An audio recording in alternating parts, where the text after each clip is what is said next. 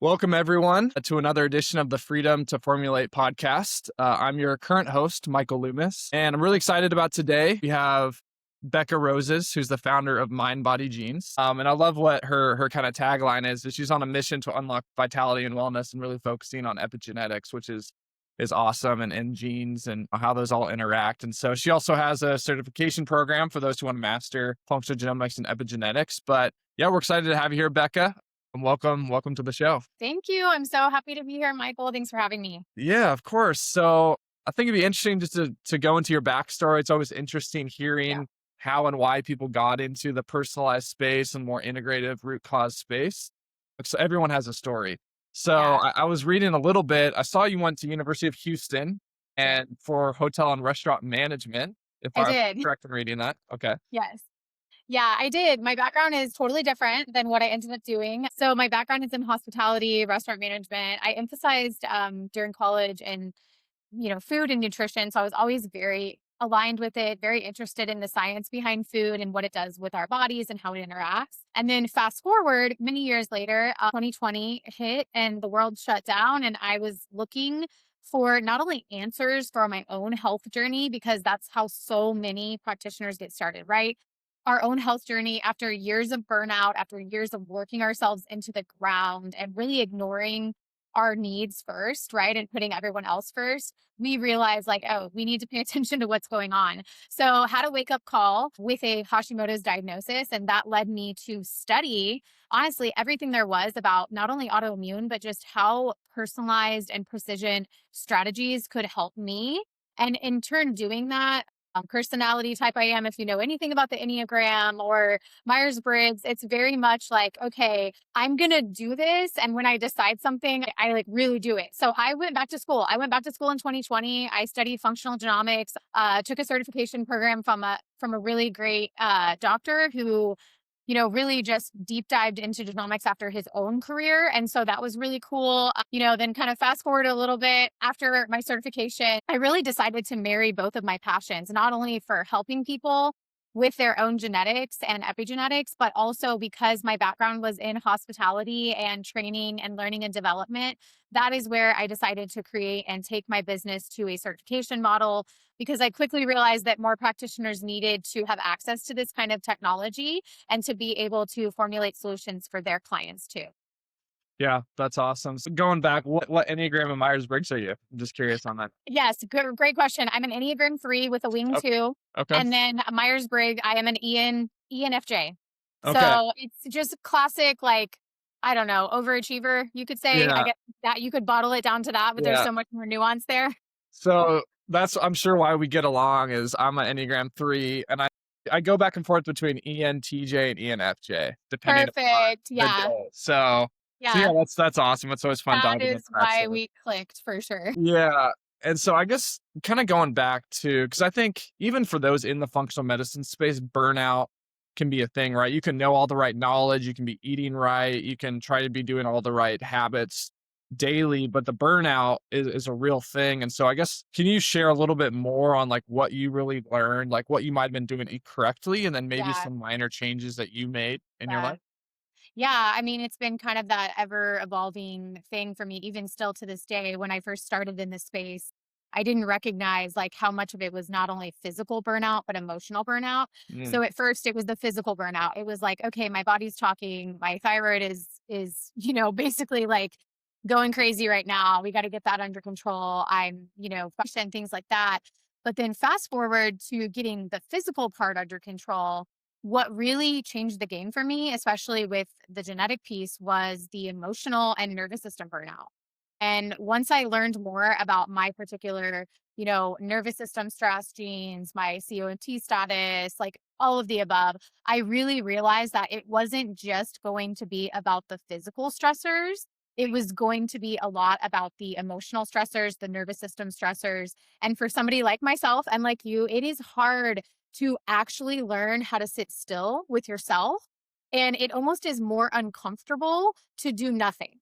Your body is going to fight against everything when you go from being 100 miles an hour to being still and stopping and still also realizing that you can move forward if you slow down. So yeah, we can get into some of that too with some of the other questions about like personalized strategies. But I found honestly the simplest things that were right in front of my face, like getting morning sunshine and having a slow morning instead of a 17-step morning routine, and really integrating tools that work for me that aren't necessarily trending. Like, sorry, but I wasn't going to be the girl that needed to cold plunge, right? Like, I'm already so amped up. And then, but for me, like integrating tools like different nutrients that I can even like put into my bath and just personalizing my own formula and, taking long walks instead of burning myself at the gym, it actually moved the needle way more for me when it came to my health. And a lot of my clients feel the same because I do feel like as a practitioner, we attract people like us. It's what happens. And so when I was meeting with all these women who were telling me the same story that I had just lived through, I realized that, oh, this is a great chance to help everybody tune back into their own selves instead of, like you mentioned earlier, going outward. And there's a lot of noise in the space. So just Yeah. kind of tuning all that out. Yeah, the emotional part is very hard to manage. And I think one of the reasons why it's hard is, there's so many other things you can point to with, hey, you take this and this is the result, or here's your nutrient level, but it's really hard to quantify the emotional side, and, for people that are doing a lot, people that have practices or whoever, it can be really hard to slow down. You feel like you're not getting as much done or being productive. Hey, if I'm going to have a slow morning, but all those things matter. I mean, your emotional health, your vagus nerve, the Yeah. whole, I mean, you can't be healthy without healthy emotions. So yeah, that's Absolutely. really good. Yeah. Um, so yeah, I know obviously what you really specialize in, just genetic insight. And so, I think one thing I wanted to ask you about was just around genetics, genomic insights to select the right forms of micronutrients, right? Yeah. So I know there's Yeah. some that are really big. There's vitamin A, there's vitamin B, there's choline, minerals. One thing I've had to dive into myself is B vitamins, right? Like, I think everyone recommends, hey, you should always take a methylfolate. Doesn't seem like that's always the case the more you dive into it. So, yeah, I would love to hear a little bit more from you on that topic. So I think that we Yeah, this is a really great question and it's highly nuanced. Most people, this is where most people go wrong with supplementation, right? Because we're really used to the idea that, more is better or that there's this one size fits all multivitamin that could work for everybody, but it just doesn't. And the truth really is within the genes because your genes influence how you absorb, convert, and utilize the nutrients. So those three pieces alone are super critical. So giving everyone the same form of B12 is or the same dose of folate can lead to totally different results based on their lived experience and also their genetics. A really good example of this outside of the B vitamin conversation is vitamin A, because some people have genetic variants in there that make it harder to convert beta carotene into active vitamin A. And so while they may be taking a plant-based multivitamin right now, it's not going to give them what they need, even if the label looks good, right? Or in the B vitamin conversation, depending on the methylation activity, which for a spoiler alert, it's not just about MTHFR, even though that is trending. That is a big piece of the puzzle, but you have MTR, MTRR, COMT, and those are all genetic SNPs that influence your actual methylation. I see people all the time with variants in multiple areas of the MTHFR that aren't actually classified as an overmethylator or an undermethylator because of other genes that are influencing that Mm, methylation pathway. See things out there on Instagram like, take this greens powder if you have MTHFR. It's easy as somebody who is obsessed with wellness to get locked in and go, oh my gosh, I need that. But as a, practitioner, I want everybody to kind of just stand back and go, okay, like it has become kind of a marketing gimmick.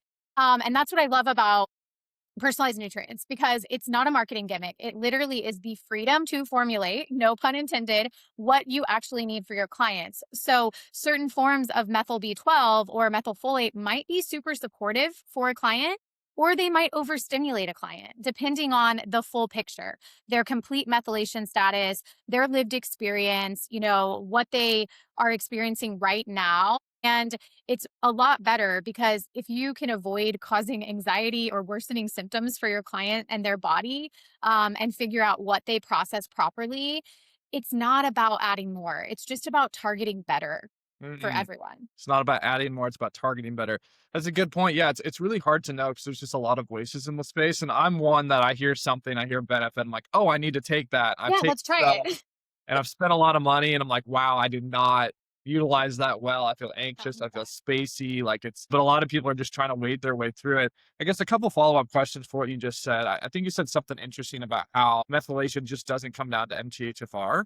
Could you talk a little bit about that? Like all that goes into methylation and how you said, I think you might not be an over methylator or under methylator based on just your MTHFR. So I think it's a really hot topic right now. And I think that, yeah, just talking on that would be cool to hear about. It's a really hot topic. And one of the things that is really glaring when you start looking into methylation is that, MTHFR is probably the most commonly known SNP out there for the general public, right? Because it gets talked about all the time. So, the one thing we have to remember about methylation in general is that there's an enzyme activity, which is what we're really looking at when it comes to MTHFR, which basically is, do you have a reduced enzyme activity? Do you have a 100% enzyme activity? Are you a regular enzyme activity? And that's all driven directly by MTHFR. So how you specifically convert micronutrients, right? And so that informs the provider or the coach on how they're going to tolerate certain vitamins, how they're going to tolerate those into the system, and if they're going to potentially have a decreased MTHFR activity.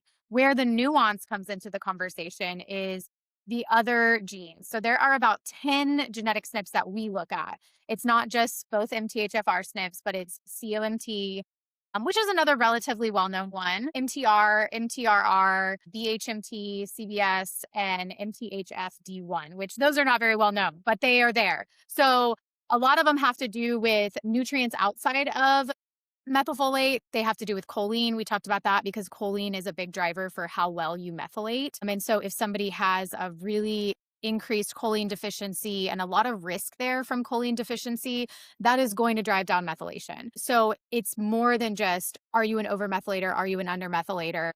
It's what genes do you have in the SNP? What SNPs do you have? And then it's also, how do you process these? Like how high is your choline need? What variants do you have going on there?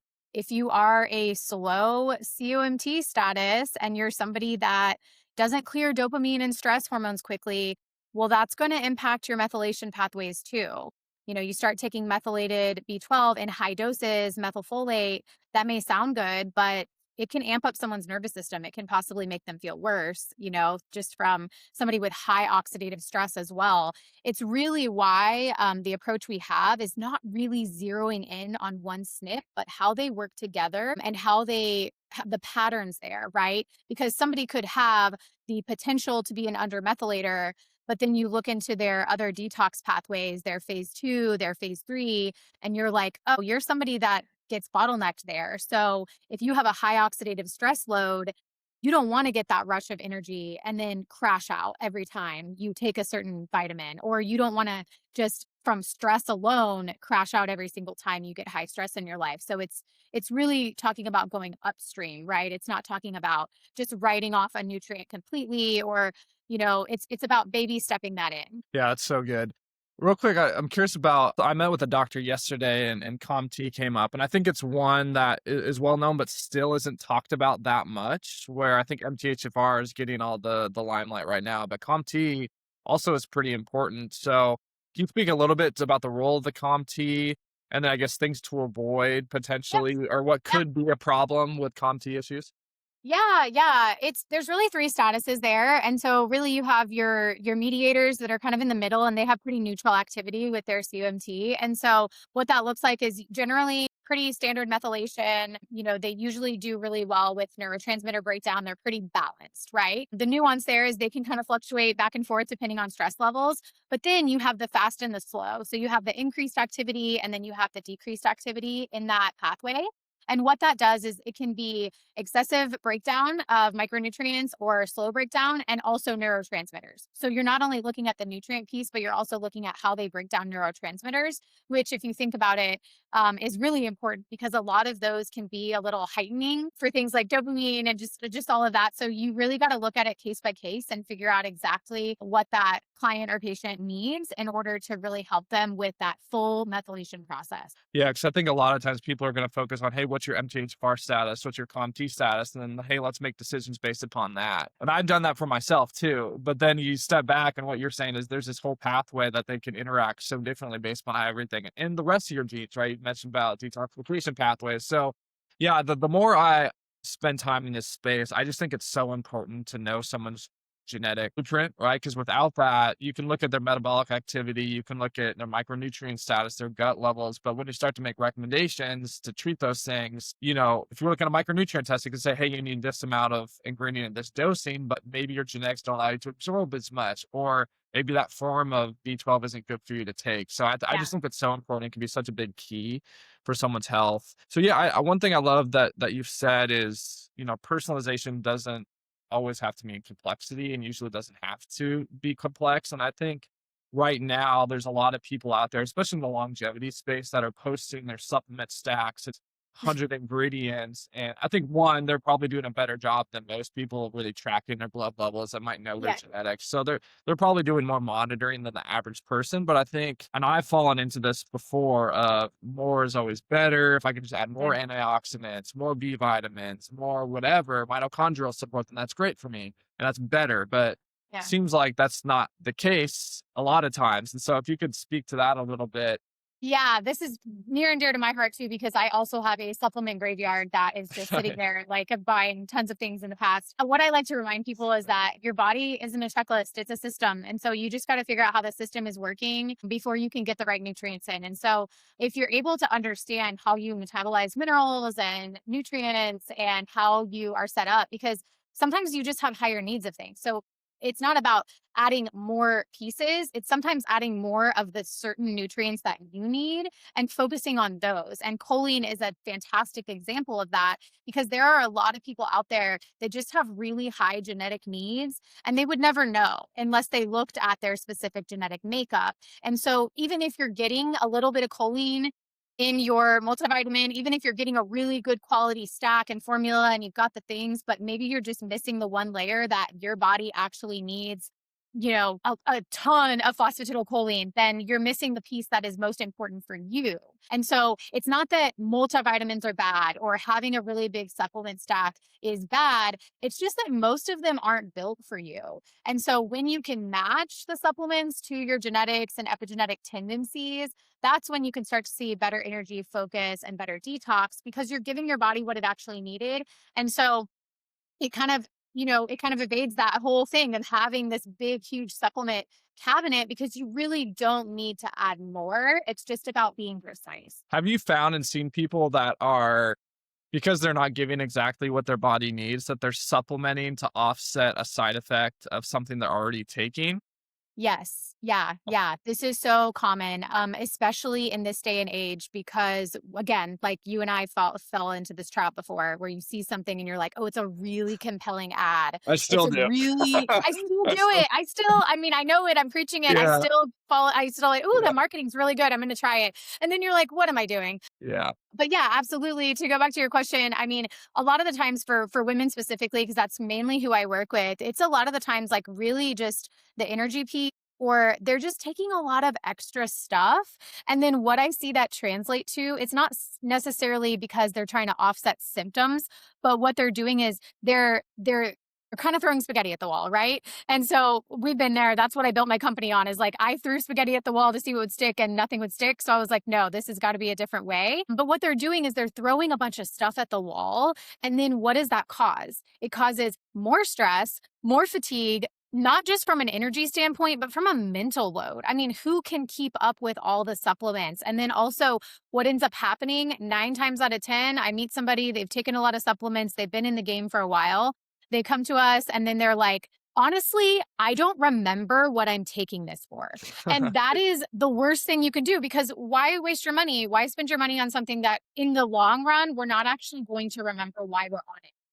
If Mm. you have a supplement, if you are taking anything and you lose sight of like, oh, wait, what's this one for? It's probably not working. it's probably not meant for you. And so from like an energetic standpoint too, that's exhausting. And Mm, it can just be really exhausting for people that we're already inundated with information at every turn. And it's really just we're just trying to get through. We're trying to, up level things. We're trying to get better energy. A lot of us are trying to balance hormones or figure out this new chapter in our lives, and throwing more at it sometimes masks what's actually going on, because how will we know what's working if we're taking a bunch of things? that's really good. So in your perspective, and I've been thinking through this a little bit myself, what's your take on just any sort of generic multivitamins? Can that Yeah. be beneficial for people, or is there, because Yeah. now when people ask me when I first started, they would say, "Hey, what's a good multivitamin?" And I would, no, I'm starting to veer into the space that I really don't know what's a Yeah. good multivitamin for you to take, because I mean, I'm sure there's, for most people, you'll probably be fine with the supplement as long as you're relatively healthy, low toxin level, metabolically healthy. But also, there could be a chance you could negatively interact with it. So what's Yeah. your take on that? Do you ever think it's okay to take a generic multivitamin, or yeah. In some cases, yeah. My take is pretty solid, just because I've seen a lot of it. But honestly, the answer is most of them out there are built for mass market convenience and not for individual biology. So that's kind of the full stop, like bottom line for me. Most generic multivitamins, outside of some really good quality companies out there, use the cheapest form of the nutrients because Mm, it's easy to put in. So you have to remember that most people can't even use those properly, even regardless of their genetics, right? The yeah. forms, like, most people aren't going to use properly anyways. And then companies try to cram everything into that one pill without thinking about how those nutrients interact. So again, and it kind of goes back to the way that you metabolize it. It's not that multivitamins are bad. It's just that most of them are not built for you. I know I keep saying that, but a good example of when that would possibly work, or, I do have brands that I recommend they do serve, you know, let's say a prenatal, right? Like a really good quality prenatal vitamin that's targeted specifically for women that are in that preconception phase, or pregnant, or things like that. Like, that's the biggest time when I usually kind of veer off to like a prenatal space vitamin, Hmm, and that kind of a thing for them. But for the most part, I would say 99% of the time, clients who we see through MindBodyGenes, they're automatically going to go the personalized nutrients route, because it is like having a genetic multivitamin that was made for you instead of mass marketed. So the cost associated with it is usually about the same as somebody would spend on stacking a bunch of supplements that would target what they're specifically needing. hmm. So it's really a very low barrier, low risk way to try your own personalized multivitamin, which is what I utilize personalized nutrients for mostly, because it's a way to get everybody very specific in what they need and change it client to client. Hmm. Yeah, that's really good. I guess I keep having questions about what you say. I don't expect to ask, but you're saying a lot of good stuff here. I think the prenatal space right now is also very loud. There's a lot of Yeah. people who have Yeah. prenatal vitamins, which I think is great. But like, yeah, when is it okay to go with just a generic prenatal vitamin? Like, Yeah. is it way better to go with, hey, I just need to figure out what's best for me so I can support my body through pregnancy, through preconception? Like, how Mhm. do you usually navigate that? And Yeah. what would you recommend for someone who is in the preconception or pregnancy space? Yeah, yeah, it's a great question. I would go two paths there. You can honestly still do a personalized blend for pregnancy. You can absolutely do it for preconception. What we would try to avoid is putting anything in there that hasn't been studied enough during pregnancy and things like Yeah. that. But you can absolutely cover nutrient needs, especially when it comes to the choline conversation that is so impactful during the preconception years, fertility, pregnancy, all of that. Making sure that there's enough choline, sufficient amounts of omega-3, sufficient amounts of the right nutrients for them, whether that be, the B vitamins, B6, B12, B9, basically taking what would be a standard prenatal vitamin and kind of custom blending that based on any nuances in their genetics. Now, if somebody doesn't know their genetics and they just want an off the shelf prenatal vitamin, there are great companies out there that do it. I would say don't go to a literal shelf at your grocery store and pick that up. It's usually going to be something that you need to find a company that is tested, well researched, made for women, made for pregnancy, and then go there. So the bottom line is, do your research. If you don't have the genetic component and you're not working with somebody that does personalized nutrients, then I would say really do the research behind what that multivitamin is going to do for you and your baby. So you spoke a little bit about personalized nutrients, and obviously this is the personalized nutrients podcast. I wanted just to learn more about what you're doing and your insight, but I am kind of curious on So were you using something previous to us? Were you using a bunch of different bottles and then you started using personalized nutrients? Like, I Yeah. guess firm on that, but then also how has it been helpful for you with your clients? Yeah. Yeah, that's great. I was using a bunch of different things before just because I didn't know about you guys. And then I found you pretty quickly, which was great. Pretty quickly into opening my practice is when I found you guys. So it's been pretty much there since almost my first client. But in the very beginning, even with myself and a lot of my like family members, friends who I was testing this modality on, I was giving recommendations that were pages long, right? And it wasn't Right. all supplements. It was just like, I want to tell you everything you need to know.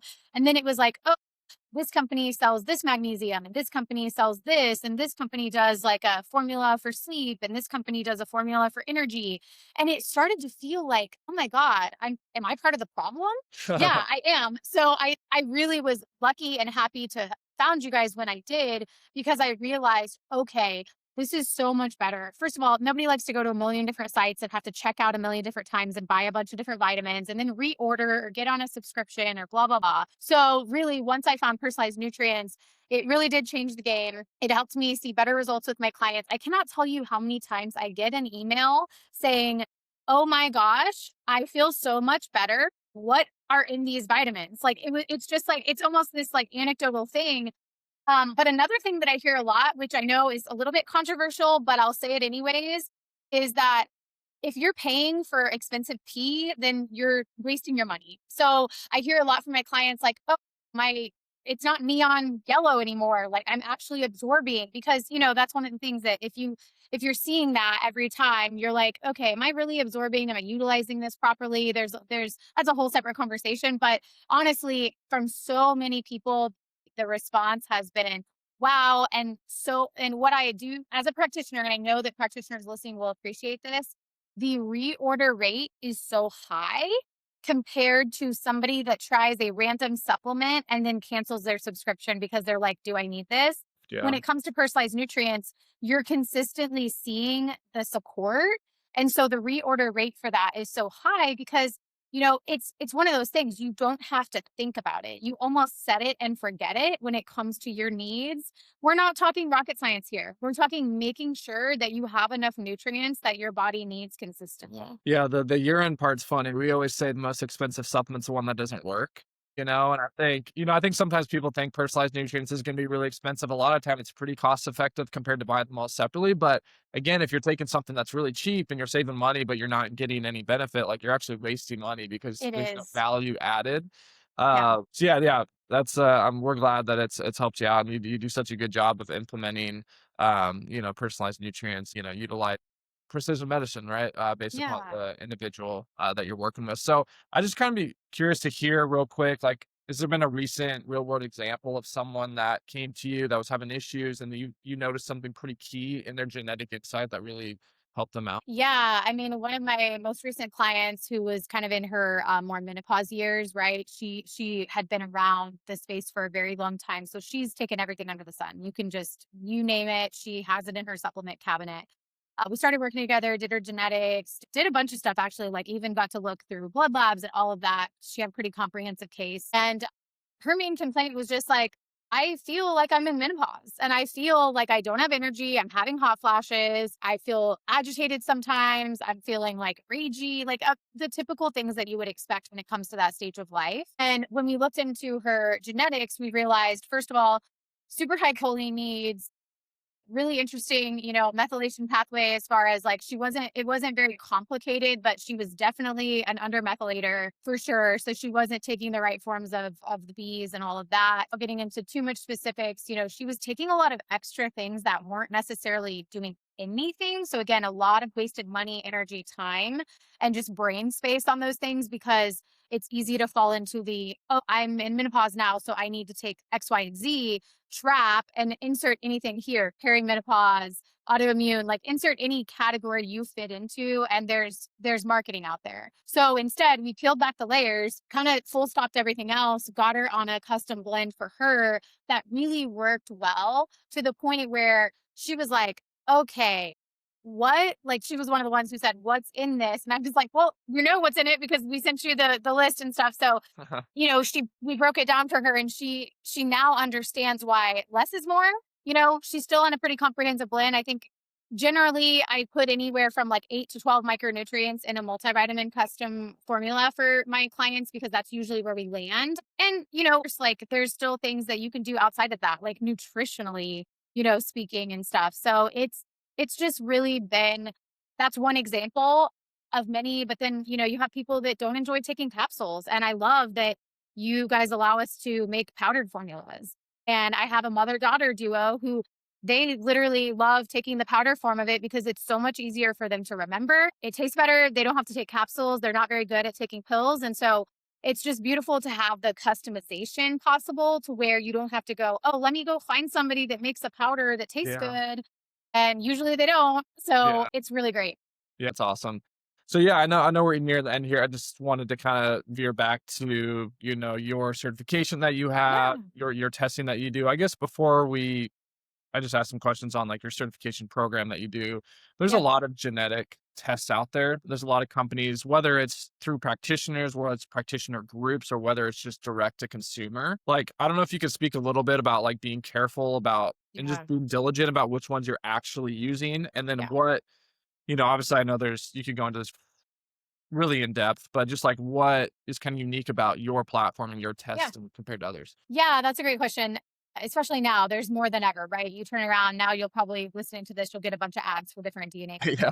That's going to I happen. just got a text. No, I'm just Yeah, kidding. yeah, I just got an ad. Yeah. What you wanna look for as a consumer or a practitioner, wherever you're falling in this category, is I personally believe you wanna stay away from direct to consumer, and the reason for that is cheaper isn't always better, right?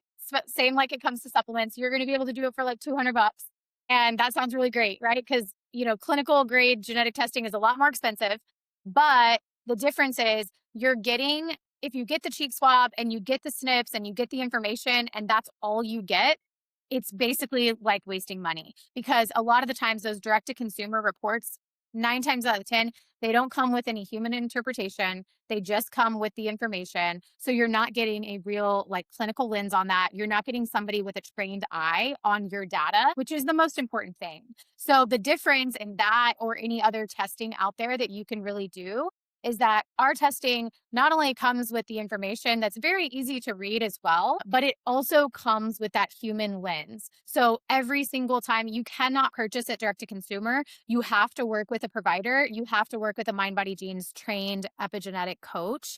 And so that is going to give you insights that you wouldn't have because what they can do and what they're trained to do is take the real world application and your lived experience and combine that with your genetics because that data is static and it never changes. You don't have to worry about having to retest it. But Mhm. what you do need to pay mind to is if you're able to talk to somebody that knows how to tell you what all of it means, because knowing your COMT status, knowing your MTHFR doesn't do you any good unless you have somebody that's been trained on what does that actually mean for you. And you just want to look for security, you want to look for safety. You want to look for companies that work with, HIPAA compliant, CLIA certified labs. You want to work with companies that do a comprehensive SNP overview, but don't get SNP specific, meaning they actually work with the systems approach instead of just zeroing in on 5 or 6 key SNPs that actually aren't going to be the full picture. Yeah. Yeah, there's a lot of pretty loud and popular voices right now that are just like, "Hey, you have this one snip, take this one." A lot of times it's folate is being talked about a lot right now. Yeah, or it's a methylation test that exists and it's very popular and it's brought out to by like some really famous people and you look at it and then you realize like, oh, you literally pay, 600-700 bucks and you get 6 SNPs. Whereas if pay a little bit more than that, you get thousands of SNPs and you get to look at how every system works together. We've had many people come to us from Ancestry, from a lot of these direct to consumer or the more popular buzzword podcast, kind of very popular podcast DNA company sites and stuff like that, where they will say, "Hey, I've done this and I didn't learn anything. Like, how is this going to be different?" And they end up shelling out money to do a new test, or a lot of times Yeah. we can utilize their raw data file and put it through our system, which is great because it can save them a little money on that since they've already done testing. Yeah. Yeah, I've made the mistake, and I'll put myself in that camp where I've tried to save money doing certain things, and Yeah. I wouldn't get nearly what I wanted, and I ultimately had to pay the money eventually to do the And right you're thing. like, "Oh, I just had to pay it again. Like, I just should have done Yeah. that in the beginning." Yeah. Yeah, you live and Yeah. learn, but yeah, I think one thing you said, so I think sometimes there's a little hesitancy with, hey, I don't, they're making me all in order to take the test, I have to meet with someone. Oh, this is like a money grab, right? I think Money that's grab, kind of right. some people Yeah. might jump to that conclusion, but I think what you said about you really do need someone to interpret Yeah. these results, right? Like I'll use my father-in-law, for example, which he's doing so well right now, but he went through this last year, got diagnosed with lymphoma and Um, all everything that goes alongside of that. But we would get reports, right? We would get blood work back to us, and then we'd have to wait. We still got interpretation, but we'd wait a week. And we're sitting here with these results, and we're like, this looks like the worst thing in the you're world. What is this? spiraling. And you spiral and you go down these rabbit trails, and then you meet with someone and you're like, oh, it's actually not that bad. And Yeah. so, yeah, I think it's so important to have someone that can interpret what is going on, can help you implement the right things, and honestly, not to go down rabbit trails. I've done that myself where you see this one thing come back, whether that's a methylation gene or could be a mold gene or Yeah. Or whatever. And then you're like, ADHD man, where you're I can't live a normal life. Like this is yes. gonna be, and I've gone there myself, but then you meet Yes. with someone who's trained, who has the knowledge, who's seen other examples. They just have a different perspective than you. I Yeah. mean, that alone, like peace of mind and assurance is worth its weight in gold. So I think, That's a perfect having someone to do example. that is so important. Yeah, I Yeah. guess if you want to just briefly speak on your certification, what that looks Yeah. like, what the process is. Yeah, yeah. Thanks for letting me chat about that. Yeah, I created the Gene Queen certification because I was seeing so many health coaches, NTPs, dietitians, and even functional dietitians, functional MDs who were amazing at what they did, right? But they felt like they were still guessing with clients because you could only get so far without genetics. Overwhelmed with a lot of data, even from other DNA tests, they didn't know how to turn that into action. So I built this training that's very science backed, very practitioner friendly, but also friendly enough for somebody who is not necessarily a trained dietitian or nutritionist yet, because you get all of that in the certification. You get all of the training behind that.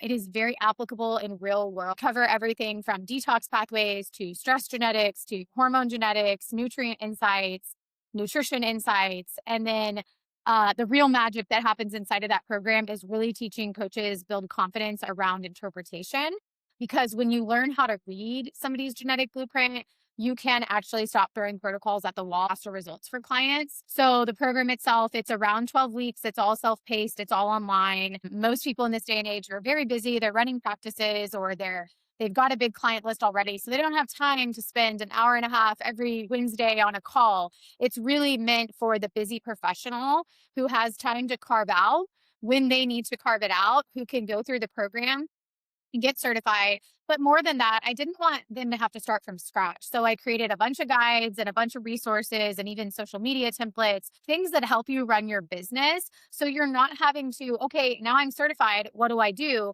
You actually have everything to start running DNA blueprints, start running these blueprints on people, whatever your audience is, from the very beginning of certification, in order to get real case studies, real live examples, and you get access to it immediately. You also get to run your own swab. So if you're somebody that hasn't done that yet, of the program and certification is that you do get your own test kit. You can run your own swab and you get your own blueprint, because I want you to see it on yourself. I want you to see it how it works, and then, go from there. That's awesome. Yeah, no, I mean, I can speak from experience. You're doing a lot of great things, and we hear, whether it's people that have been through your certification program and who are now using personalized nutrients to meet with Yeah. clients, like it's really making a big impact. So how can people find you if they want to get in touch or just kind of learn more about you and stay in touch with your story? Like how can they follow you? Yeah, I'm on Instagram as MindBodyGenes, and that's where I am everywhere that you are on, whether that be, Facebook, Instagram. Not really on TikTok. I'm a little too old for that, but I try. And then, yeah, or you can find me. My website is mindbodygenes.com. I have information on how to engage in either blueprints or practitioner certification, things like that. I'm an open book. I love to chat, so I hope a lot of people will reach out and just want to have a conversation. Yeah. Well, thanks for coming on, Becca. I honestly could have kept asking more questions. I had to stop myself, but you're such a wealth of knowledge and, it was really fun just hearing your perspective and just learning from you. And I'm sure this is going to help a lot of people. I think the genetics piece it's a noisy space, but I think people, might not be as well informed on it or what to do or how to implement. So I think this will be really helpful. And obviously, if they want to learn and get educated through your program and certification, they can do that. So yeah, thanks so much for coming on. I had a blast. And yeah, we'll see everyone on the next episode. Yeah, fun. Thank you so much. I appreciate it. Bye.